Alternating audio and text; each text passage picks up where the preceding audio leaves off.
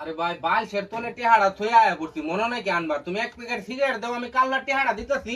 ভালো করে চিনি আমি তোমারে, খুব ভালো করে চিনি। এই পর্যন্ত যতবার নিছো এই পর্যন্ত তো টেহার আমার দোহান আইলো না। আরে হ্যাঁ ভাই দিও না, হ্যাঁ একটু বিসলাই ফিরোজ ভাই আমার একটা বিস্কুট দাও নি কাল। তোরে দেখ তোরে দেখ। কি তুই তুই ভাই ঠেলস কে? তুইও বাহির লেগে যাইছস? একটা বিস্কুট দাও কাল বাদে হালবা।